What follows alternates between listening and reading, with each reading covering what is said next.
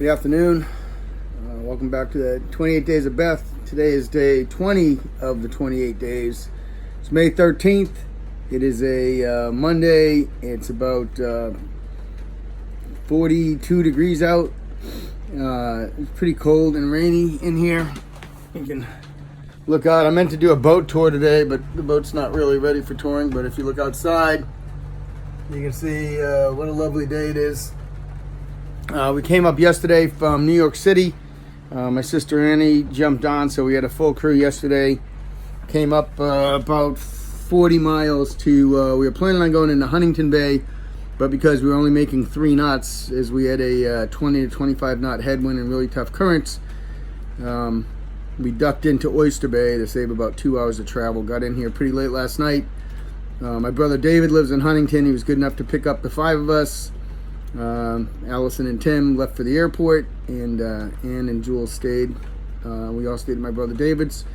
As we were staying tonight, on the logistics, I guess Ann's leaving, but we are going to see The Who tonight, and I didn't even think those guys are still alive, but apparently they are, and they're at Madison Square Garden, so why let an opportunity like that pass by? On this day 10 years ago, Beth had her x-rays in the morning. They came in, there was a pneumothorax, which is basically an air bubble in your chest cavity where air is leaked in, and it creates pressure on the backside of your lungs, so your lungs can't inflate, and people call it a collapsed lung. So this was what was starting to happen to Beth. This is what caused a lot of her breathing. So although she was on ECMO at this point, and the breathing was being done really for her without her lungs moving, they still needed to remove that to allow healing.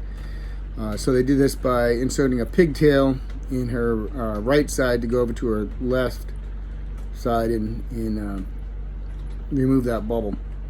Beth was still all unaware of this. She's still on ECMO and pretty much in a induced coma. And at this time I started getting pretty concerned, because this is serious, and the more I read on ECMO, I realized that it's a short-term treatment for most adults. It's a last-ditch effort, and after 10 or 12 days, the doctor even said if we don't see results, that's kind of it. So every day we're hoping for a little bit of results. In this first 24 hours on ECMO, she actually went backwards a little bit. Not too promising. That's all I have for today. It's another overnight, 2 days. Not going to battle the rain, not going to battle the weather. I'm trying to get to Hannah Special Olympics for Saturday. I'm confident I'll make that. It's about 200 miles.